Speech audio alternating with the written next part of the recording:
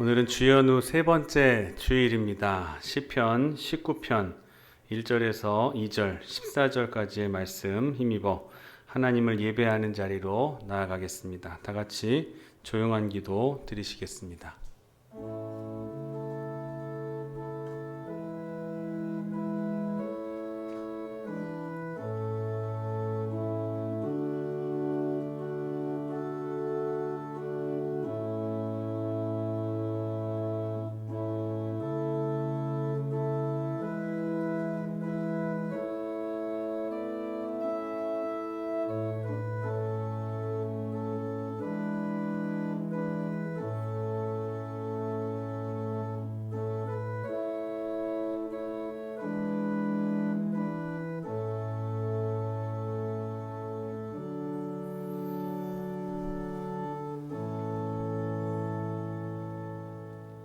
하늘이 하나님의 영광을 선포하고 궁창이 그의 손으로 하신 일을 나타내는도다. 날은 날에게 말하고 밤은 밤에게 지식을 전하니 나의 반석이시요 나의 구속자이신 여호와여, 내 입의 말과 마음의 묵상이 주님 앞에 연락되기를 원하나이다. 아멘. 다 같이 자리에서 일어나셔서 찬송가 14장 함께 찬송하시겠습니다.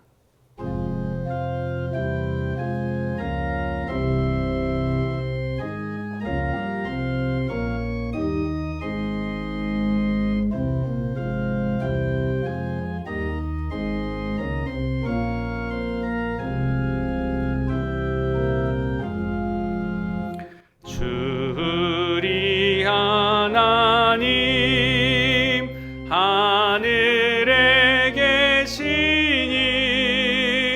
온 천하 만민 주 앞에 찬송하네.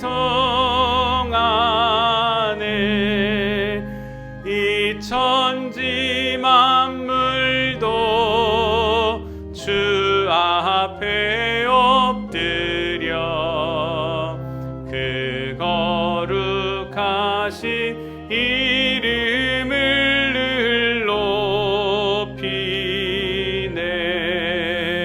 주 언약하신 것 끝까지 지키니 저 하늘나라 향하여 곧 가리라. 주 얼굴 배울 때 내 마음이 기쁘고 영원히 주의 영광을 찬양하리. 왕의 왕 되신 주 하늘에 계시니 이 세상 죄악 이기신 구주 예수. 저 천군 천사들 주옹위하고서 무성도 함께 영원히 늘 섬기네.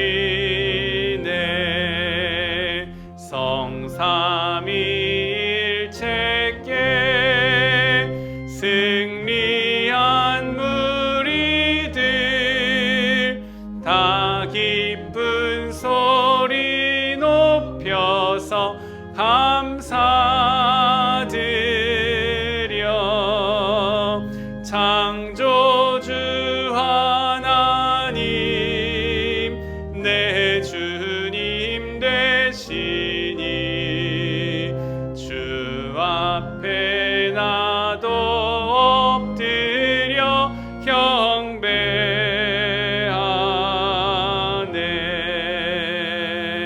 아멘. 함께 우리의 입술로 우리의 죄를 하나님 앞에 겸손히 고백하겠습니다. 우리는 자유롭다고 하나 포로된 자요, 본다고 하나 눈먼 자들입니다.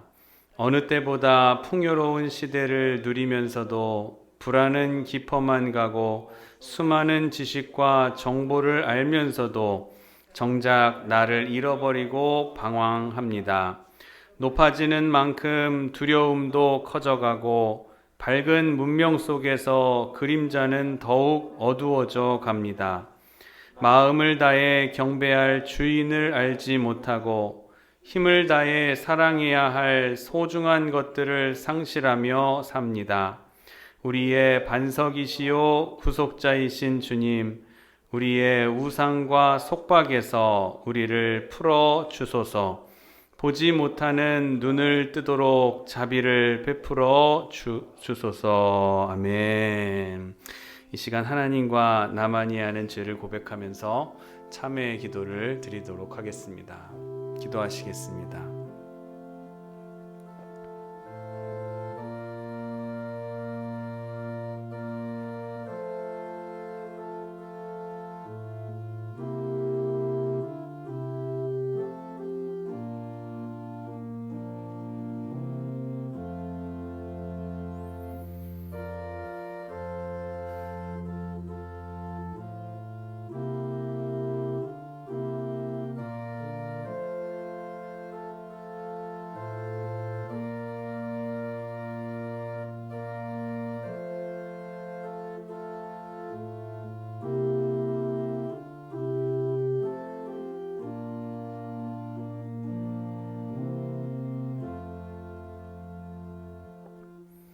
진심으로 자기의 죄를 회개하고 하나님께 돌아오는 자에게 주시는 하나님의 말씀은 느헤미야 8장 9절에서 10절까지의 말씀입니다.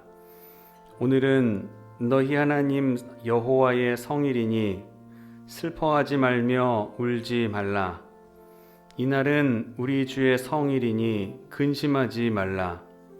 여호와로 인하여 기뻐하는 것이 너희의 힘이니라. 아멘. 함께 나라와 민족을 위하여, 환우들을 위하여 우리 함께 한 목소리로 공동기도로 하나님께 드리겠습니다. 대한민국을 긍휼히 여기사 회개의 영을 부어주시고 성령의 새 바람이 불어와 이 땅에 하나님의 나라가 임하게 하소서. 예수님의 보혈로 이 땅을 덮어 주셔서 우상 숭배의 죄악들이 끊어지게 하시고 교만과 자살과 음란과 분열의 영이 묶임을 받고 떠나가게 하소서. 창조의 질서를 부정하는 비성경적인 법률이 제정되지 않게 하시고 복음으로 남북한의 평화적인 통일이 이루어지게 하소서. 다음 대통령 선거가 공정하게 치러지게 하시고 정직하고 하나님을 경외하는 자가 대통령으로 선출되게 하소서. 하루속히 코로나19가 종식되어 일상의 삶과 현장 예배가 회복될 수 있게 하소서. 환우들을 위하여 기도합니다. 육신과 마음의 질병으로 고통받는 환우들이 오직 하나님만을 바라보며 끝까지 소망을 품고 믿음으로 승리하게 하소서. 환우들의 모든 환경을 주관하여 주셔서 적절한 의료진을 만나게 하시고 치료비로 인하여 재정적 어려움에 빠지지 않게 하소서. 절망과 자살 충동, 우울증과 조울증, 공황장애와 온갖 정신적 질병은 예수의 이름으로 명하노니 떠나갈지어다. 예수 그리스도의 이름으로 기도합니다. 아멘. 교동문 123번 주연절 세 번째 말씀을 교독하시겠습니다. 거룩하다, 거룩하다, 거룩하다. 주 하나님 곧 전능하신 이여, 전에도 계셨고 이제도 계시고 장차 오실 이시라. 주 하나님 곧 전능하신 이시여, 하시는 일이 크고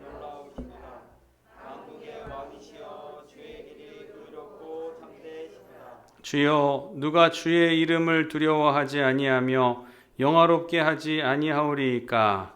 오직 주만 거룩하시니이다. 주의 의로우신 일이 나타났음에 만국이 와서 주께 경배하리이다. 우리 주 하나님이여, 영광과 존귀와 권능을 받으시는 것이 합당하오니 주께서 만물을 지으신지라. 만물이 주의 뜻대로 있었고 또 지으심을 받았나이다. 보좌에 앉으신 이와 어린 양에게 찬송과 존귀와 영광과 권능을 세세토록 돌릴지어다. 아멘. 찬송과 영광과 지혜와 감사와 존귀와 권능과 힘이 우리 하나님께 세세토록 있을지어다. 아멘. 다 같이 우리 사도신경으로 우리의 신앙을 고백하겠습니다. 전능하사 천지를 만드신 하나님 아버지를 내가 믿사오며 그 외아들 우리 주 예수 그리스도를 믿사오니 이는 성령으로 잉태하사 동정녀 마리아에게 나시고 본디오 빌라도에게 고난을 받으사 십자가에 못 박혀 죽으시고 장사한 지 사흘 만에 죽은 자 가운데서 다시 살아나시며 하늘에 오르사 전능하신 하나님 우편에 앉아 계시다가 저리로서 산 자와 죽은 자를 심판하러 오시리라. 성령을 믿사오며 거룩한 공회와 성도가 서로 교통하는 것과 죄를 사하여 주시는 것과 몸이 다시 사는 것과 영원히 사는 것을 믿사옵나이다. 아멘. 자리에 앉아 주시겠습니다. 오늘 예배를 위해서 이광식 장로님 기도해 주시겠습니다.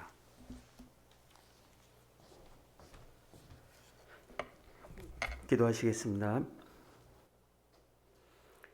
저희 구원자가 되셔서 오늘도 역사하시는 하나님 아버지, 이 시간 주의 은혜에 감격하여 예배의 자리에 나왔사오니 은혜로 충만해지는 시간이 되게 하여 주옵소서. 연약함에도 세상의 미혹에 미혹되지 아니하고 주님을 사모하여 주님의 전연으로 나왔사오니 성령 하나님, 교회와 가정에서 예배에 참여한 모든 곳에 함께하여 주옵시고 주님의 크신 은혜에 영광과 찬송을 올려드리오니 홀로 영광 받아 주시옵소서. 하나님, 저희의 온전치 못한 섬김을 용서하여 주옵소서. 우리를 위하여 이 땅에 오신 예수를 아는 것으로 만족하는 것이 아니라 진실함으로 믿는 믿음을 주옵소서.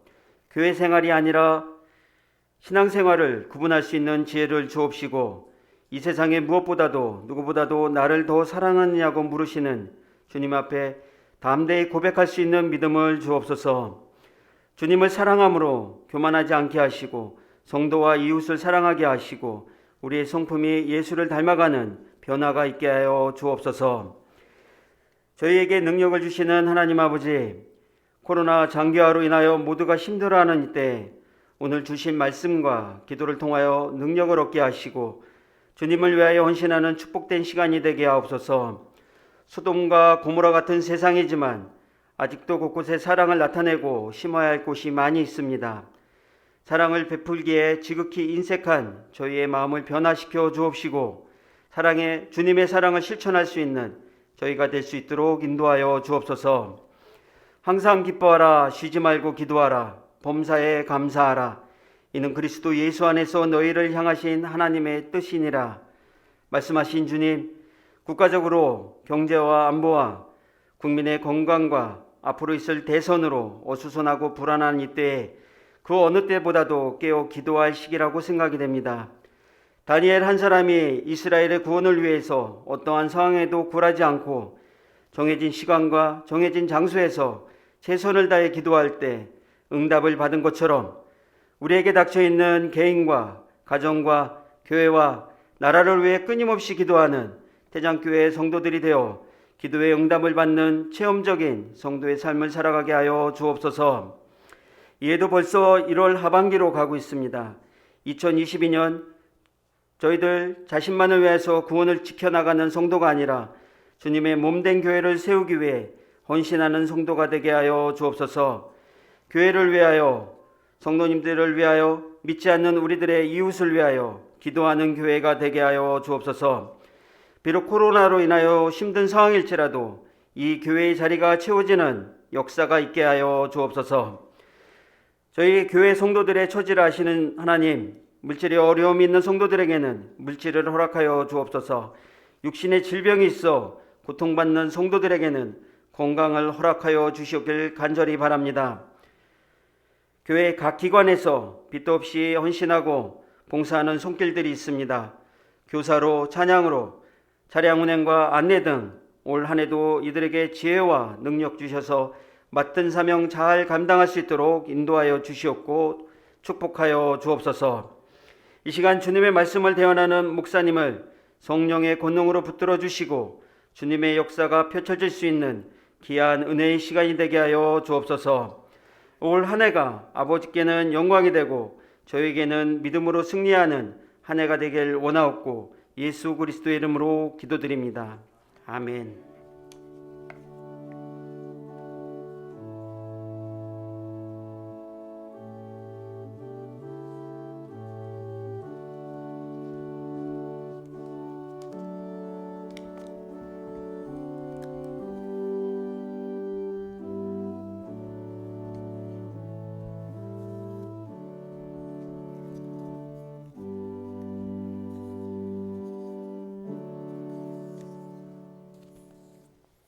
오늘 우리에게 주시는 하나님의 말씀은 예레미야 4장 1절에서 4절까지의 말씀을 함께 봉독하시겠습니다.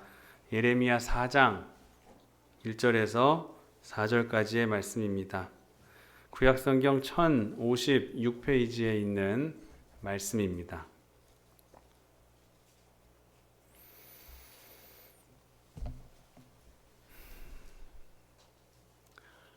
우리 한 목소리로 함께 4절까지 모두 봉독하도록 하겠습니다. 시작. 여호와께서 이르시되 이스라엘아 내가 돌아오려거든 내게로 돌아오라. 내가 만일 나의 목전에서 가증한 것을 버리고 내가 흔들리지 아니하며 진실과 정의와 공의로 여호와의 삶을 두고 맹세하면 다른 나로 말미암아 스스로 복을 빌며 나로 말미암아 자랑하리라. 여호와께서 유다와 예루살렘 사람에게 이와 같이 이르노라. 너희 묵은 땅을 갈고 가시덤불에 파종하지 말라. 유다인과 예루살렘 주민들아 너희는 스스로 할례를 행하여 너희 마음 가죽을 베고 나 여호와께 속하라. 그리하지 아니하면 너희 악행으로 말미암아 나의 분노가 불같이 일어나 사르리니 그것을 끌 자가 없으리라. 아멘. 오늘도 주일 예배에 참석하신 여러분 한 분 한 분을 주님의 이름으로 사랑하고 축복합니다. 아멘. 우리 앞뒤 좌우에 계신 분들과 축복의 인사하시겠습니다. 주님의 이름으로 사랑하고 축복합니다.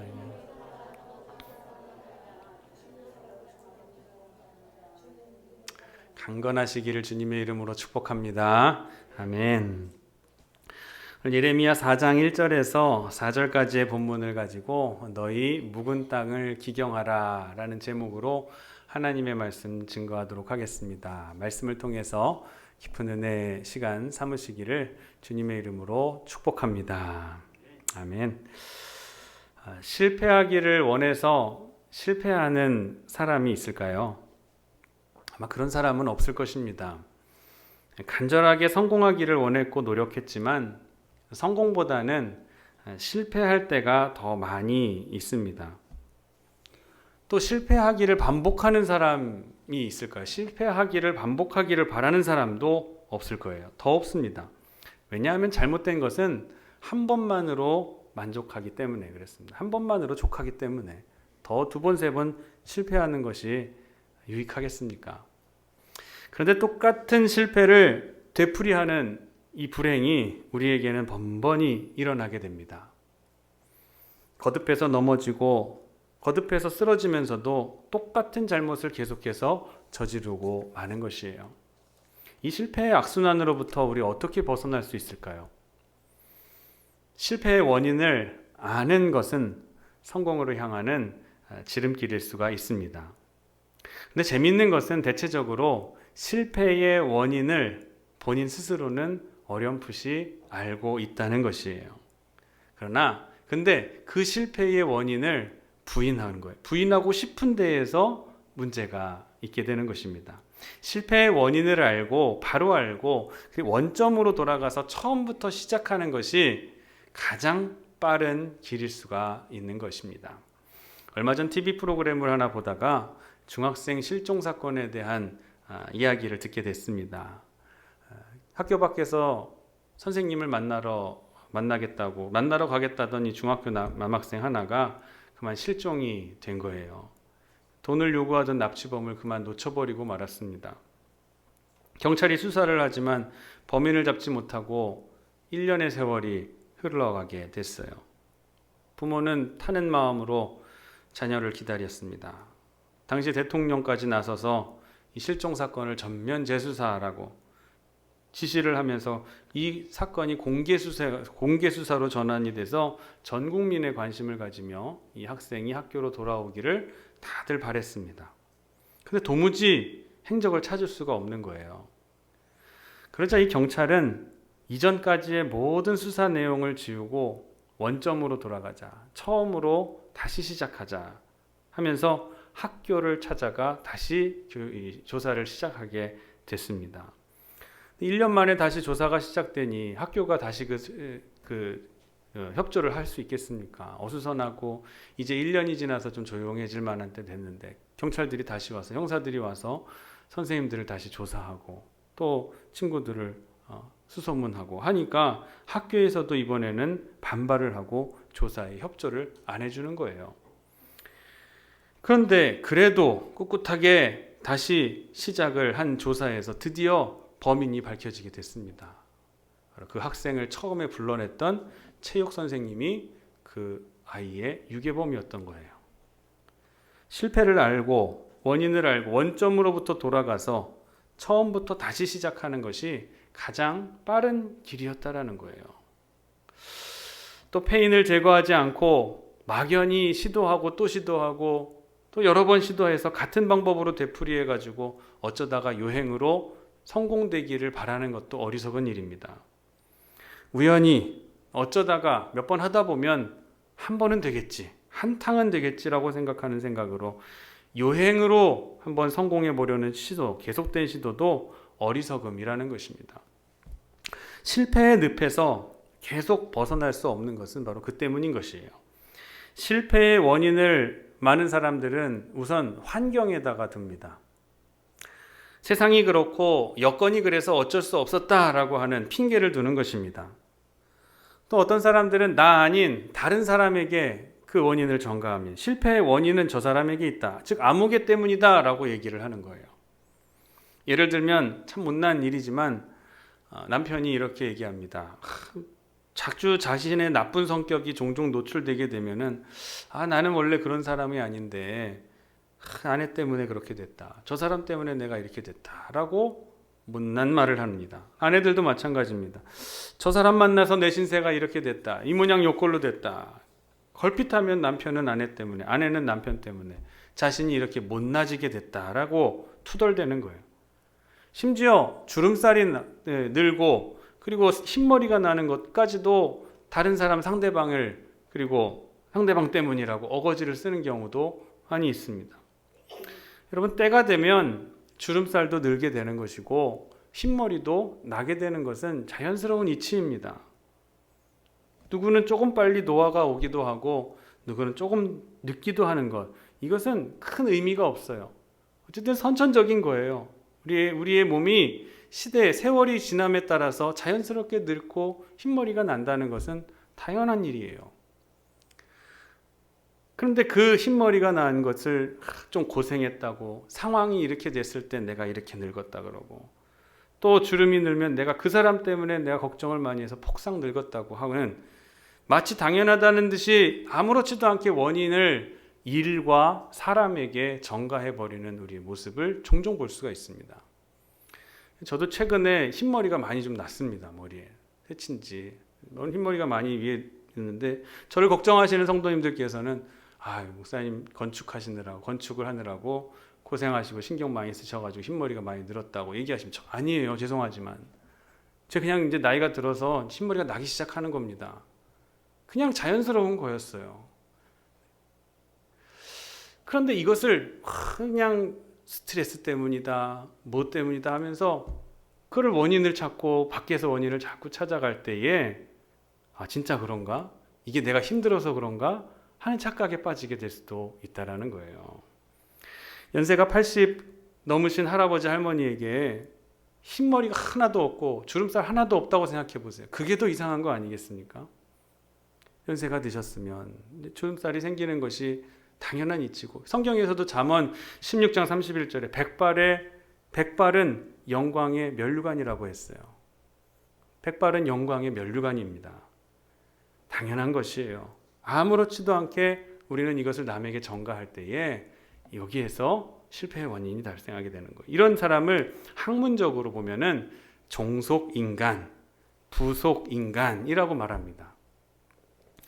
다른 사람에게 예속된 사람이라는 거예요. 인생이 다른 사람의 말에 예속되는 거예요. 나라는 정체성은 전혀 없고, 다른 사람이 말하니까 내가 변하고, 나라는 것은 없고, 나라는 존재는 환경에 따라서 내가 변하고, 종속인간, 예속인간, 부속인간이 되어버리고 마는 거예요. 그러나 지혜로운 사람은 모든 것의 원인이 자신에게 있다고 생각합니다. 쓰리고 아프고 찢어지는 괴로움이 있어도 이 원인은 나 때문이다 라고 말하는 거예요. 그리고 그 일에 대해서 책임을 지는 거예요. 아니, 내가 져야 되지 않을 만한 일까지도 다른 사람의 책임에도 불구하고 지혜로운 사람은 자신의 책임으로 그것을 함께 지고 가려고 하는 사람이 지혜로운 사람입니다. 창세기에 보면은 가인과 아벨의 이야기가 나옵니다. 근데 안타깝게도 가인은 학자들에게 자신의 이름을 딴 콤플렉스를 제공해주고 말았어요.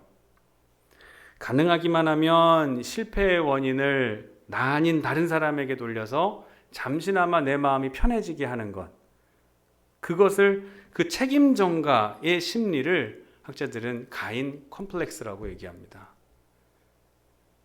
가인과 아벨 이 두 사람은 아담의 두 아들로서 하나님께 제사를 드립니다. 아벨은 정성을 다해서 믿음으로 하나님께 자신의 양을 잡아 하나님께 제사를 드립니다. 하나님께서 그 제사를 받으셨어요.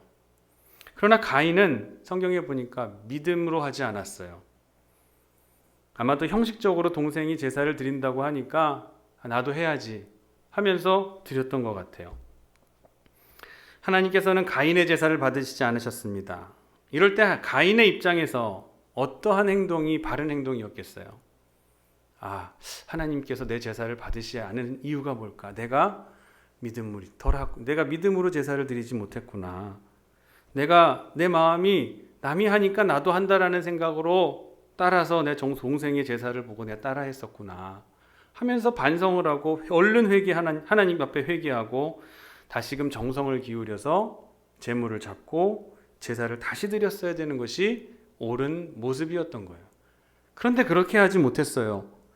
제사가 상달되지 못한 원인을 어디서 찾았습니까? 저 동생 때문이다. 제사가 상달되지 않은 원인이 왜 동생 때문입니까? 근데 우리의 눈이 어두워지면 이렇게 돼버리는 거예요. 가인 컴플렉스. 원인을 엉뚱한 데다가 찾게 되는 거예요. 동생 때문이라고 엉뚱한 생각을 하고는 시기와 질투로 끌어버리는 마음을 주체할 수가 없어서 그만 동생을 죽이는 살인까지 저지르게 돼버립니다. 책임을 전가하고 엉뚱한 곳에서 원인을 찾으려고 하는 인간의 습성은 살인으로의 범죄까지 이어지게 됐다라는 것을 우리는 성경을 통해서 꼭 교훈 삼아야 됩니다. 이런 잘못이 어디 있겠어요? 인류가 지은 두 번째의 죄가 바로 이것이, 하나는 하나님의 말씀에 순종하지 않고 선악을 알게 하는 나무의 실과를 따먹은 것이 첫 번째 죄악이었고, 두 번째 큰 죄가 바로 자신의 책임을 다른 이에게 전가하고는 시기와 질투하는 마음을 끓여가지고 그 마음을 주체하지 못한 것이 두 번째 인간의 큰 범죄를 하게 됐던 원인이 됐다라는 거예요. 여러분, 우리가 주의해야 됩니다. 조심하셔야 돼요.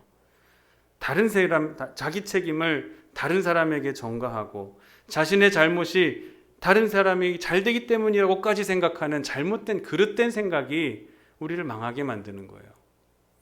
내가 안 되는 이유는 저 사람이 잘 되기 때문이다. 내가 내 제사를 안 받으신 이유는 아벨의 제사를 받으셨기 때문이다라고 엉뚱한 거예요. 그러니까 장사를 똑같이 하더라도 옆집이 장사가 되니까 내가 장사가 안 된다라는 생각을 가지는 거예요. 이런 사람은. 그럼 옆집이 그럼 장사가 안 되면 내 장사라도 잘 돼야 되는데 그렇습니까? 또 같이 안 되죠. 이 사람의 논리는 늘 그런 거예요. 늘 다른 사람에게 원인을 찾고 늘 환경에서 원인을 찾고 늘 주변에서 자기의 원인을 찾아가는 거야. 내가 안 되는 이유는 저기에 있는 것이다. 그런데 정말 안타깝게도 이런 가인 컴플렉스를 가지고 사는 성도들이 굉장히 많습니다. 이렇게 되면은 실패는 실패로 계속되고 악순환은 그칠 것 없이 계속 되풀이돼서 뭘 해도 안 되는 구제불능한 그런 사람으로 전락해버리고 마는 것입니다. 오늘 본문은 농사 이야기를 비유로 들어 말씀하고 계십니다. 농사 지으시는 분들이 많이 계셔서 잘 아시잖아요. 농사를 잘 성공하려면 몇 가지 조건이 있어야 됩니다. 먼저 땅이 좋아야 됩니다. 농사가 잘 되는 땅이 있어요. 제가 고구마를 먹고 싶다고 해서 저희 집 저 교회 옆에 화단에다가 텃밭에다 고구마를 심어서 키운다 하더라도 저 해남에서 올라온 호박고구마 맛만 하겠습니까? 제가 뭐 키울 수가 있겠어요? 땅이 좋아야 되는 거예요. 땅을 이길 수가 없어요. 두 번째는 종자가 좋아야 됩니다. 이건 불변의 진리이죠. 아무리 수고해도 종자가 좋지 못하면은 좋은 열매를 그곳에서 기대할 수가 없는 것이에요. 그래서 제가 아는 분도 봄이 되면은 맛있다고 하는 그 종자를 찾아가지고 몇 시간 동안 차를 달려서 그곳에 가서 그걸 사가지고 비싼 값을 지불하고 그 종자를 사가지고 와서 자신의 밭에 뿌리게 되죠. 파종을 하고 농사를 지으시더라고요. 왜 그렇게까지 합니까? 가을에 먹어보면 아는 거예요. 그게 자라서 열린 실과를 그리고 그 거두어들인 곡식을 먹어보면 아는 거예요. 왜 그렇게까지 좋은 종자를 찾았는가? 땅이 좋아야 되고 종자가 좋아야 됩니다. 세 번째는 정성 어린 수고가 있어야 되죠. 때를 따라서 김도 매주고 비료도 주는 수고가 있어야 됩니다. 벌레도 쳐주는. 가정에서 화초를 하나 키우더라도 정성이 들어가지 않으면 제대로 키워낼 수가 없습니다. 또 정성이 들더라도 엉뚱한 정성이 들게 되면 잘 모르면 그냥 시들시들 죽게 만드는 거예요. 얼마나 정성을 쏟느냐에 따라서 꽃이 오래 가기도 하고 또 금방 사그라들기도 한 거예요. 생명을 키우는 데에는 반드시 큰 정성이 들어가야 하는 것입니다. 네 번째는 적당한 물과 바람과 햇볕이 비춰져야 되죠. 너무 많이 비가 오면 당도가 떨어지고 바람이 너무 세게 불면 익기도 전에 나무에서 열매가 떨어져 버립니다. 햇빛이 또 적게 비춰지면 이게 연글지 못해서 열매의 크기가 작게 되죠. 적당한 물과 그리고 바람과 그리고 햇빛이 비추어져서 조화와 균형을 이루어야 잘 자랄 수 있게 되는 것입니다. 자, 이렇게 오늘 몇 가지 조건이 잘 갖춰져야 많은 것을 출수할 수가 있는데 오늘 본문에서 보면 좋은 땅은 있습니다. 그리고 씨앗도 좋습니다. 아주 좋아요. 매우 좋은 씨앗이에요. 문제는 수고하는 농부에게 그 원인이 있다라고 오늘 본문 말씀은 말해주고 계십니다. 농부가 게을러서 묵은 땅을 기경하지 않고 갈아엎지 않아서 지금 잡초와 가시덤불이 우거져 있는 거예요. 시골에 가보면은 어떤 밭에는 정말 풀 하나 나지 않고 깨끗하게 김을 맨 부지런한 농부에 의해서 그렇게 깨끗한 밭이 가꾸랑까지도 잘 정리되어 있는 그런 밭이 있는가 하면 그런 밭은 보기만 해도 기분이 좋아져요. 근데 그러지 않고 어떤 밭은 잡초가 막 우거져 가지고 이게 뭘 심었는지도 알 수 없을 정도로 우거져서 이 짐승들이 와서 새끼를 낳고 은신처를 삼아도 모를 정도의 그러한 어지러운 밭이 있습니다. 본문 3절 말씀에 보면은 여호와께서 유다와 예루살렘 사람에게 이와 같이 이르노라. 너희 묵은 땅을 갈고 가시던 불에 파종하지 말라라고 하셨어요. 너희 묵은 땅을 갈고 가시덤불 속에다가 씨를 뿌리지 말라라고 하시는 거예요. 씨를 뿌리기는 하되 잡초가 많은 가시덤불이 우거져 있는 곳에는 뿌리지를 말라라는 거예요. 왜냐하면 농사에 좋은 결과를 기대할 수가 없기 때문입니다. 이 말씀을 우리 신앙생활에 그대로 옮겨보면은 씨앗은 하나님의 말씀입니다. 말씀이기에 이건 좋은 씨앗이에요. 아주 좋은 것이에요. 그리고 토양도 좋습니다. 토양도 매우 좋아요. 그런데 씨를 뿌리기 전에 밭의 상태를 보니까 잡초가 막 자라 있는 거예요. 성도들 중에서도 신앙생활은 열심히 하고 공부도 열심히 하고 기도도 열심히 하고 여기저기 다니면서 봉사도 많이 하는데 신앙이 자라지 않고 열매가 없는 분들이 있습니다. 원인이 무엇일까요? 그 마음에 땅이 굳어 있기 때문에 그래요. 묵은 땅이기 때문에 그래요. 땅을 갈지 않고 그곳에다가 아무리 씨를 뿌려봤자 실패할 수밖에 없는 것입니다. 먼저 묵은 땅을 기경해야 합니다. 묵은 땅에 그대로 씨를 뿌리면 첫째는 씨앗 낭비이고 두 번째는 노동력이 손실이 되는 거고 세 번째는 가을에 아무것도 거둘 것이 없기 때문에 소망이 없습니다. 낙심하기 얼마나 가을에 속상하겠어요. 당연히 거둘 줄 알았는데 노력은 노력대로 하고 열매는 없는 경우 얼마나 허탈해지겠습니까? 그렇기 때문에 그러면 묵은 땅이 무엇이냐? 우리가 기경해야 될 묵은 땅이 무엇인가? 오늘 그것에 대해서 몇 가지만 말씀드리고 말씀 마치도록 하겠습니다. 첫째로 묵은 땅이라는 것은 있어야 할 것이 없어지고 없어야 할 것이 있게 된 땅입니다.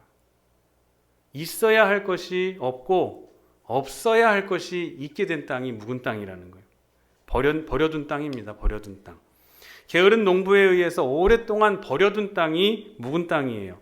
이 땅에는 잡초가 우거지고 가시덤불이 무성해져서 마지막에는 성경의 말씀대로 이리떼가 이곳에 출몰하게 될 거예요. 당연히 있어야 할 것이 없으면 없어야 할 것들이 출입하게 되는 것입니다. 가령 학생들이 학창시절에 학업에 열중을 해서 공부를 해야 돼요. 근데 공부해야 될 시간에 공부하지 않으면은 하지 말아야 할 짓을 하게 됩니다. 요즘 우리 현대인들은 옛날에 비해서 상당히 많은 것들이 좋아지게 됐죠. 편리해졌습니다. 옛날에는 오랜 시간이 걸려야 해서 할 수 있던 것들이 요즘은 금방금방 다 해결이 됩니다. 그렇게 해서 시간이 많이 남게 되었어요. 옛날에 비해서. 근데 깊이 한번 생각을 해보세요. 그 남는 시간들을 우리는 과연 그 일을 할 때보다 더 유용하게 사용하고 있는가? 그렇게 남게 된 여유 시간을 여러분 어떻게 사용하십니까? 해야 할 일을 안 해도 되는 시간이 주어지니까 해서는 안 될 일에 손을 대는 사람들이 많아지게 돼요.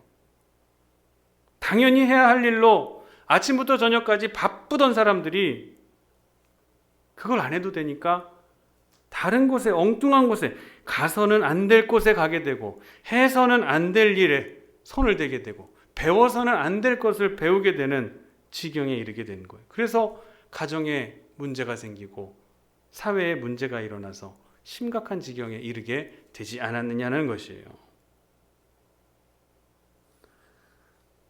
있어야 할 것에 있어야 할 것이 없고 없어야 될 것이 있게 되는 이 상황, 있어져 버리게 된 이 상황, 우리는 이 묵은 땅을 묵상해 봐야 됩니다.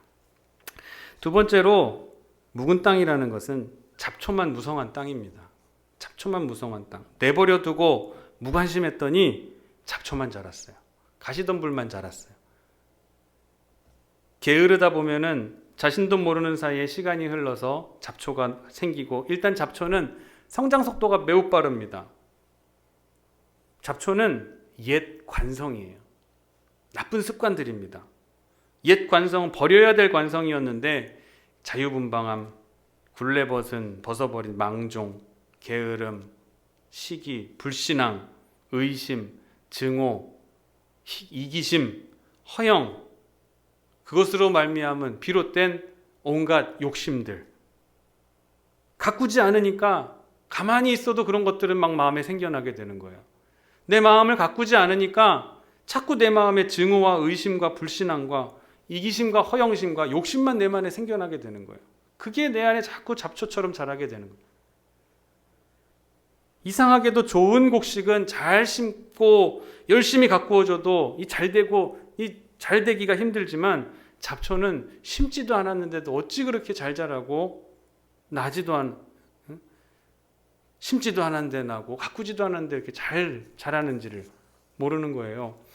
이해 가는 재밌는 얘기가 있습니다. 어떤 목사님의 지인 중에 한 장로님이 계신데, 이 장로님이 베트남에 가서 한 2년 동안 사업을 해서 돈을 많이 벌어가지고 오셨어요. 2년 동안 수고를 많이 하셨는데 돌아오신 다음에 친한 친지분들과 함께 이 목사님이 장로님을 환영했습니다. 그리고 난 다음에 식사를 하면서 여쭤봤죠. 호기심에 그 2년 동안 베트남에 가셔서 사업을 하셔서 성공을 하셨는데 거기에서 좀 배워가지고 온 베트남 말이 있으면 좀 한번 몇 마디 좀 해보시죠. 이렇게 부탁을 한 거예요. 근데 이 장로님이 무척 난처해 하시면서 쭈뼛쭈뼛 하시더라는 거예요. 왜 그런가 했더니 제가 몇 마디 배워본 것들이 다 죄다 쌍소리들입니다 라 그러시더라는 거예요. 좋은 말은 배우려고 해도 잘 안 되는데 그 사람들 사이에서 욕하는 얘기들은 어떻게 잘 들었는지 그거는 그냥 가만히 있어도 배워졌다라는 거예요. 학생들도 영어 단어 외우라고 그렇게 시키면 잘 안 외우다가도 좋아하는 팝송 한번 불러보라 그러면은 BTS의 버터를 그냥 유창하게 부르는 거 아니겠어요? 자기가 좋아하고 자기가 듣는 것은 그렇게 억지로 하려고 해도 잘 안 되던 것이 하지 말라고 해도 그런 거는 열심히 듣고 잘 익히는 거예요. 귀에 쏙쏙 들어오는 거예요. 그런 것들은. 묵은 밭을 만들려고 일부러 노력하는 사람이 있겠습니까? 일부러 잡초 키우고 가시덤불 키우려고 하는 사람이 어디 있겠어요? 잡초란 원래 그런 것입니다. 노력한 적 없는데 조금만 내가 신앙생활에 방심하게 되면 내 마음속에 저절로 일구어지는 묵은 밭이 되게 버리는 거예요. 나쁜 사람이 되려고 노력하는 사람이 어디 있겠습니까? 해야 할 일을 하지 않고 조금만 게으르고 방심하다 보면은 나도 모르게 나쁜 길을 가게 되고 나쁜 신앙인이 되어버리게 되는 거예요. 세 번째로 묵은 땅이란 질병처럼 되어버린 고집을 이야기합니다. 해묵은 고정관념, 이 편견들, 이것은 새로운 역사를 만들어낼 수가 없습니다. 우리가 경험 많으신 분들, 경험이 많다라는 것은 사람을 여유 있게 할 수는 있어요. 어떠한 내가 삶을 통해서 많은 일들을 겪어왔기 때문에 앞으로 겪게 될 일들도 그렇게 위기의식을 갖지 않습니다. 그래, 그때 이렇게 하면 되고 이런 일이 왔을 땐 저렇게 하면 돼. 경험으로서 우러나오는 그러한 나만의 여유가 있는 거예요. 그런데 그 경험으로 얻은 그것으로 생겨나게 된 무언가 모를 고집과 선입관이 이것들이 생겨나게 돼서 새로운 것들을 수용하는 데서는 오히려 또 이것이 방해가 되어버리게 되는 경우가 있습니다. 어느 가난한 가정에 외아들이 있었습니다. 아버지는 노동을 해서 하루하루 겨우 살아가는데 이 아들이 공부를 도통 안 하는 거예요. 외아들인데. 근데 이 아들이 공부 못하는 이유를 물어보니 아버지에게 있다는 거예요. 아버지가 능력이 없어서 학비도 제대로 못 내주고 나 학원도 제대로 못 보내주고 다른 아이들처럼 배울 수 있는 배움의 기회에 나는 하지 못하게 한다. 나는 할 수가 없었다. 게다가 아버지께서 하루가 멀다 하면서 술을 마시고선 집에 들어오시니 내가 이러한 환경 가운데서 어떻게 공부할 수 있겠느냐는 거예요. 맞죠? 그리고서 아버지를 미워했습니다. 어머니는 교회에 열심히 다니시면서 이런 아들을 위해서 기도했지만 아들은 교회를 거부하고 예수님을 거부했어요. 어느 날 저녁 늦게 이날도 술이 취해서 들어온 아버지를 어머니는 반갑게 맞아주시면서 얼마나 시장하시냐고 그러면서 언제나 그러하시듯이 남편을 위해서 밥을 지어서 따뜻한 밥을 대접을 했어요. 배가 고플 땐 밥을 드셔야지 술 드시면 어떻게 하세요? 건강 다 상합니다. 이렇게 걱정을 어머니가 하니까 아버지의 대답이 이런 거예요. 장사하는 사람들이 밥을 외상으로 주는 경우는 없어도 술은 외상으로 주기 때문에 내가 일이 없고 배가 고프면 식당에 가서 외상술을 먹고 온다라는 거예요. 이 한풀이 같은 아버지의 진심 어린 이 마음이 아들과 어머니에게 전해지자 이 아들이 아버지를 미워하고 원망하던 것이 죄송스러웠던 거예요. 아들이 회개의 눈물을 흘리면서 그동안 어려웠지만 우리에게 말도 못하고 저렇게 나가셔서 일하시다가 일 없으면 술 마시고 들어오는 그런 아버지의 형편을 이해하게 되었습니다. 우리도 이게 나이가 들고 나면 아버지가 왜 그러셨는지, 젊을 때는 정말 싫어하던 아버지의 나쁜 행동들이 나이가 들면서 이해가 될 때가 많이 있습니다. 그리고 어머니의 그러한 말씀들도 그 당시에 자랄 때는 그것이 정말 듣기 싫은 잔소리였는데 그게 생명이었다라는 사실을 깨닫게 될 때가 분명히 오게 됩니다.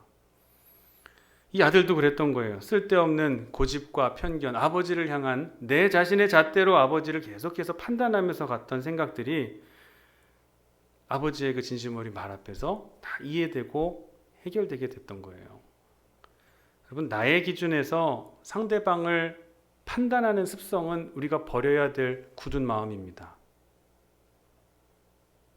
나는 이렇게 하는데, 나는 이렇게 생각하는데 당신은 왜 그렇게 생각 안 하십니까? 그게 복음에 관한 것이 아니라면, 복음의 진리에 반하는 것이 아니라면 그냥 내버려 두십시오. 그냥 그대로 내버려 두세요. 나의 기준에서 상대를 판단하던 습성, 이것은 우리의 묵은 땅인 것이에요. 그래서 묵은 땅을 가라, 좋은 말씀이 박힐 수 있도록 기경해야 되는 것이 우리의 사명인 것입니다. 마지막으로 네 번째, 묵은 땅을 오늘 본문에 보니까 가증한 것이라고 본문은 말씀하고 계십니다. 1절 한번 보겠습니다. 여호와께서 이르시되 이스라엘아 내가 돌아오려거든 내게로 돌아오라. 내가 만일 나의 목정에서 가증한 것을 버리고, 가증이라는 것이 뭘까요? 가증은 위선이고 거짓된 진실을 말합니다. 위선, 특히 종교적인 가증한 것은 정말 큰 문제입니다. 거룩이라는 것으로 위장하면서 교회를 위해서, 하나님의 영광을 위해서라고 하면서 의로운 척하는, 선한 척하는 이 가증함은 정말 위험한 거예요. 정말 큰 문제입니다. 누군가를 위한다는 그 속에 무서운 악을 담겨 있는 거예요. 이건 너를 생각해서 하는 말인데도 무서운 이 악이 담겨 있는 거예요. 잡초와 가시덤불이 있는 묵은 땅은 아무리 씨를 뿌려도 그곳에서 열매가 없게 된다는 이유가 바로 이러한 이유들 때문인 거예요. 그래서 성경에서는, 하나님께서는 지금 선지자를 통해서 전해주시는 말씀이 이런 땅들을 기경하라는 거예요. 이런 너희들의 마음을 기경하고 갈아엎으라는 말이에요. 땅은 원래 좋은데, 땅은 내가 주어서 참 좋은 땅인데 내버려 두니까 묵은 땅이 돼버리는 거예요. 참 말씀은 좋은 말씀인데, 하나님의 말씀이 전해지는데 이 말씀의 씨앗은 참 좋은 것이고 무한한 가능성이 있는 말씀인데 이 굳은 땅에다가 아무리 뿌려봐야 싹이 나지 않고 자라지 않는데 할 수가 없다라는 거예요. 어떻게 할 수가 없으시다는 거예요. 이 답답한 마음을 하나님께서는 선지자를 통해서 이 백성들에게 전하라고 하시는 거예요. 너희의 묵은 땅을 좀 제발 기경해라. 깨끗한 옥토와 같은 이 심겨지는 깨끗한 땅으로 좀 바꿔마라. 또 옥토를 준비하라는 거예요. 묵은 땅에 씨 뿌리는 어리석음을 되풀이하지 말고 이제는 옥토를 준비하라라는 거예요. 실패의 원인을 이제는 알았으니까 이제 가라, 엎으라라고 하시는 하나님의 명령이신 것입니다. 그래야만 뿌리 깊은 욕심과 편견이 다 제거될 수 있기 때문에 그래요. 또 잃어버린 관심을 또 되찾으시기를 바랍니다. 관심이 무엇일까? 우리의 관심이 뭐가 돼야 돼요? 씨가 돼야 돼요. 종자가 되어야 됩니다. 하나님의 말씀이 되어야 돼요. 씨앗 외에는 아무것도 우리 안에 자리 잡을 수 없도록 깨끗하고 단순한 옥토를 만들어 가시기를 간절히 원합니다. 잃어버린 관심, 말씀에 대한 관심, 깨끗한 옥토 위에 뿌려진 좋은 씨앗, 그 좋은 씨앗을 통해서 좋은 열매를 거두어 드리시기를 주님의 이름으로 축복합니다. 그리고 나서 이러한 사실을 위해 중요한 결론을 4절에서 우리에게 주고 계십니다. 4절 말씀 보겠습니다. 유다인과 예루살렘 주민들아 너희는 스스로 할례를 행하여 너희 마음 가죽을 베고 나 여호와께 속하라. 그리하지 아니하면 너희 악행으로 말미암아 나의 분노가 불같이 일어나 사르리니 그것을 끌 자가 없으리라. 자, 만약에 너희가 잡초를 제거하지 않고 가시덤불을 제거하지 않는다라고 한다면 나를 사랑하시는 하나님께서 그것을 강제로 하시겠다라고 하는 말씀인 거예요. 강제로. 스스로 땅을 갈아엎는 수고를 하지 않고 땀 흘리지 않는 자에게는 내가 그 땅을, 왜냐하면 내가 그 땅을 태워버리겠다라는 거예요. 거기에 있는 모든 것을 불살라버리겠다라는 거죠.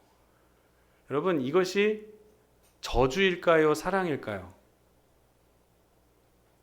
하나님께서 묵은 땅을 버리시려고 하는 것인가요? 여기에다가 불을 질러가지고 다 태워 없애버린 다음에 그 비옥해진 땅 위에 씨앗을 뿌리려고 하시는 걸까요? 후자잖아요. 하나님께서 불을 지르시는 이유, 분노가 불같이 일어나 사르시는 이유가 뭐예요? 그 땅을 사용하시려고 하는 거예요. 이 태워버리는 행위, 목적이 어디 있는가? 나를 불태워서 소멸시키고 망하게 하고 절망시키려고 하시는 것이 아니라, 멸망시키려고 하시렸다는 것이 아니라, 씨가 심길만 할 수 있도록 그 땅을 내가 회복시키구마, 내가 회복시키마라고 하시는 그런 뜻을 담고 있는 말씀인 거예요. 어느 때에? 내가 스스로 기경하지 않을 때에. 내가 스스로 나의 묵은 땅을 기경해내서 뒤집어 엎지 않는다면은 하나님께서 그렇게 하시겠다라는 거예요. 왜? 한 영혼이라도 구원하시기 위해서. 하나님께서는 한 영혼을 사랑하시기 때문에 한 영혼이라도 씨가 자라지 못하는 땅을 그대로 내버려 두지 않고 싶으신 거예요. 여러분, 화전민들이 산에다가 불을 지르는 이유가 뭐예요? 그 산 버리려고 하는 겁니까? 불 질러서 거기에다 그것이 비료가 돼서 거기다가 밭을 읽어가지고 농사 지으려고 그러는 거잖아요. 여러분, 지금 혹시 고난 가운데 계십니까? 이유를 모르는 어떤 문제들 때문에 힘들어하고 계십니까? 자녀들의 문제가 있어요? 또 물질의 문제가 있습니까? 막힌 것이 있어요? 곰곰하게 한번 생각해 보세요. 하나님께서 나에게 이 고난을 왜 주셨을까? 나를 망하게 하시려고? 내가 싫어서? 날 벌 주시려고? 날 저주하시려고? 날 지옥에 보내시려고? 아니잖아요. 이렇게 태워지는 고난을 통해서 하나님의 뜻이 무엇인지를 발견하게 될 때 여러분의 심령 가운데 하나님의 말씀을 다시 심으시려고 하시는 거예요. 하나님께서 여러분에게 다시 말씀을 좀 심어주시려고, 다시 싹을 틔우게 하시려고 내게 고난을 주시고 교회에 어려움을 주시고 이 대한민국에 어려움을 주시는 거예요. 질병이 저주입니까? 코로나가 저주예요? 하나님의 저주예요? 그렇게 생각하지 않습니다. 하나님께서 이 질병의 시기를 통해서, 이 질병의 시기가 지나가게 될 때에 이것을 통해서 우리에게 뭔가 사역의 씨앗을 심어주기 위해서. 여러분, 육신의 질병이 있는 이유가 뭘까요? 그거 질병으로 여러분 죽이시려고? 하나님 그러신 분은 아닙니다. 그 질병을 통해서 뭔가 여러분이 다시 새로운 삶을 살게 하시려고, 뭔가 깨달음을 갖고 하나님의 섭리를 깨달아 가게 하시려고 하나님께서는 우리에게 육신의 가시를 주시는 거예요. 그래서 사도 바울은 그 육신의 가시로 말미암아 겸손함을, 교만치 않게 됨을 깨닫게 되잖아요. 우리에게도 각자에게 주시는 시험과 환난이 있습니다. 이 살라버리시는, 묵은 땅을 기경하시기 위해서 살라버리시는 일들이 있어요. 어쩔 때 내가 기경하지 못할 때, 내가 기경하는 거 땀 흘립니다. 얼마나 힘들어요. 요즘은 트랙터 갖고 이렇게 뒤집어 엎지만 옛날에는 이거 다 서로 뒤집고 하고 비료 뿌린 다음에 다 또 흙도 솎아주고 얼마나 큰 수고가 필요합니까? 그걸 우리 인생에 비유해 보세요. 그런 밑바탕 과정이 없으면 씨도 못 뿌리는 거예요. 말씀이 씨가 아무리 좋으면 뭐합니까? 굳은 땅을 갈고 잡초는 뽑아 불태워서 옥토가 되어서 뿌려진, 옥토가 된 땅에다가 뿌려진 새 씨앗은 30배, 60배, 100배의 결실을 거두게 될 것을 믿으시기를 바랍니다. 사랑하는 성도 여러분, 새해가 벌써 한 달 거의 지나갔지만 아직 늦지 않았죠. 우리의 묵은 땅을 이제 기경해 가시기를 원합니다. 아니, 우리의 인생 60, 70 지나왔지만 아직까지도 기경되지 않는 나의 이 묵은 땅이 있다면은 빨리 기경하시기를 바랍니다. 그리고 그 기경의 시기를 지금 겪고 있다면은 감사하시기를 바랍니다. 하나님이 나를 여전히 사용하시는구나. 하나님이 여전히 나를 이제 사용하시려고 하는구나. 주님 재림하시는 날에 여러분의 마음의 밭에서 난 좋은 열매들을 가지고 주님을 기쁘시게 해드릴 수 있는 저와 여러분의 옥토와 같은 밭이 되시기를 주님의 이름으로 간절히 축원합니다. 기도하겠습니다. 주님 감사합니다. 나의 마음속 심령의 밭에 우리의 영적 게으름으로 비롯된 묵은 땅을 이제 갈아엎기를 결단합니다. 주여 도와주시옵소서. 지나간 경험과 편견으로 인해서 굳어진 이 잡초들을 제거하고 옥토와 같이 기경된 완료된 땅 위에 말씀의 씨앗을, 하나님의 씨앗을 심을 수 있게 해주셔서 이전에 열매 없던 신앙이 이제는 풍성한 소출을 기대할 수 있는 밭으로 변화될 수 있게 하여 주시옵소서. 언제나 우리와 동행하시고 함께 하시는 우리 구주 예수 그리스도의 이름으로 간절히 기도하옵나이다. 아멘. 찬송가 496장 찬송 부르시면서 준비하신 예물 봉헌하시겠습니다.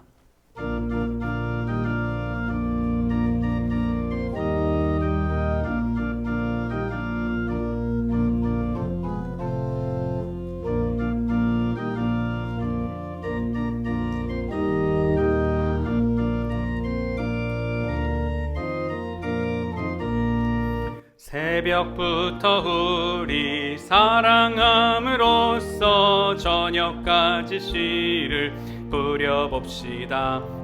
열매 차차 익어 곡식 거둘 때에 기쁨으로 다 늘 거두리로다. 거두리로다. 거두리로다. 기쁨으로 다 늘 거두리로다. 거두리로다. 거두리로다. 기쁨으로 다 늘 거두리로다. 비가 오는 것과 바람 부는 것을 겁을 내지 말고 뿌려봅시다. 이를 맞춰놓고 곡식 거둘 때에 기쁨으로 다 늘 거두리로다. 거두리로다. 거두리로다. 기쁨으로 다 늘 거두리로다. 거두리로다. 거두리로다. 기쁨으로 다 늘 거두리로다. 씨를 뿌릴 때에 나지 아니할까 염려하며 심히 애탈지라도 나중 예수께서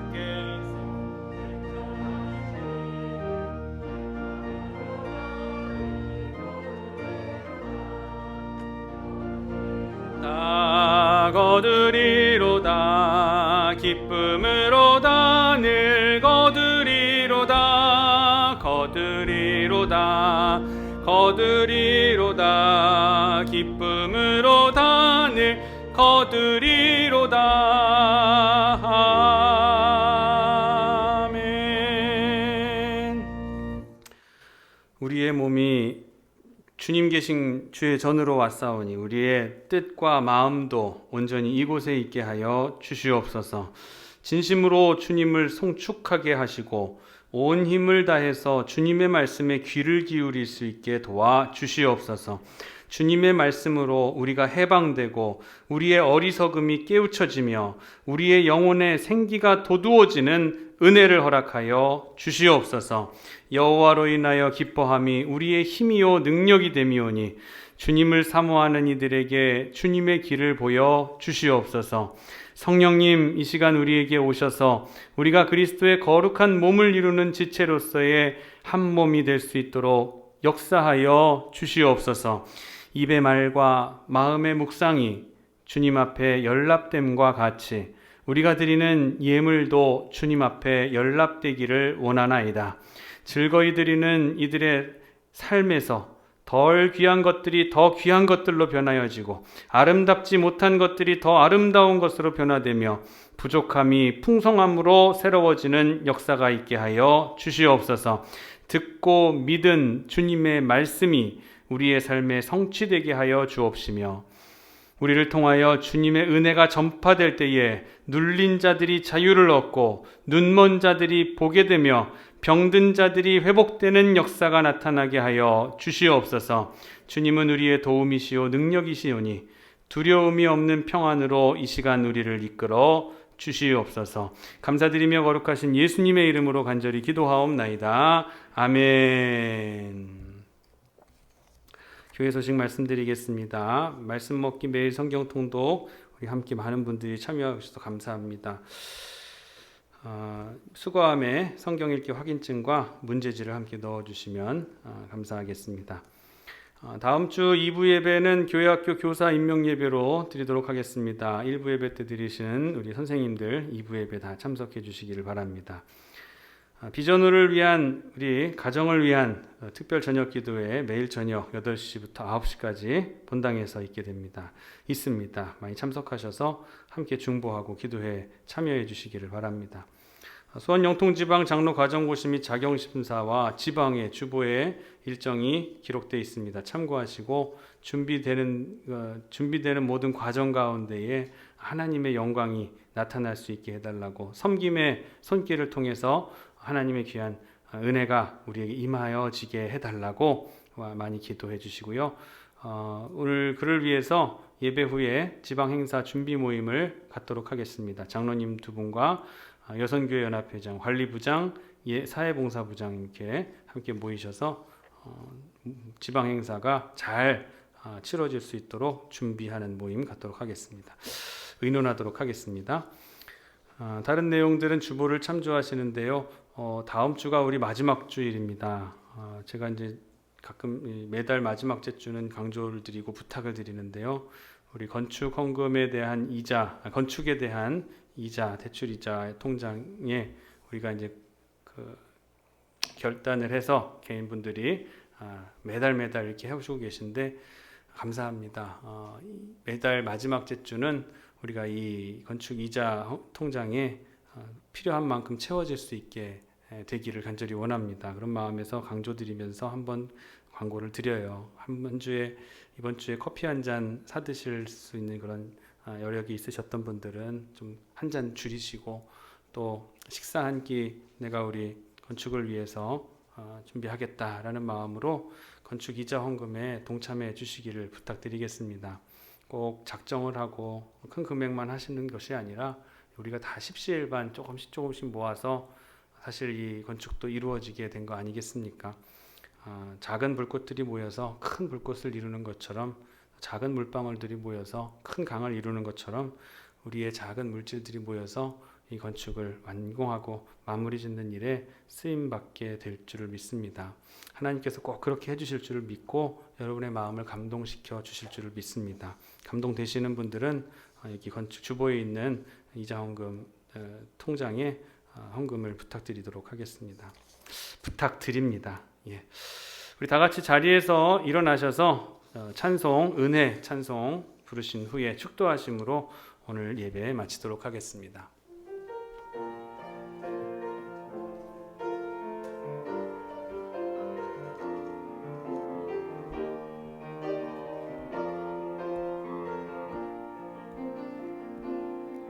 내가 누려왔던 모든 것들이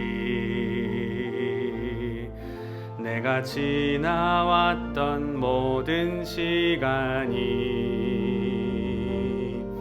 내가 걸어왔던 모든 순간이 당연한 것 아니라 은혜였소. 아침 해가 뜨고 저녁에 노을, 봄의 꽃향기와 가을의 열매, 변하는 계절의 모든 순간이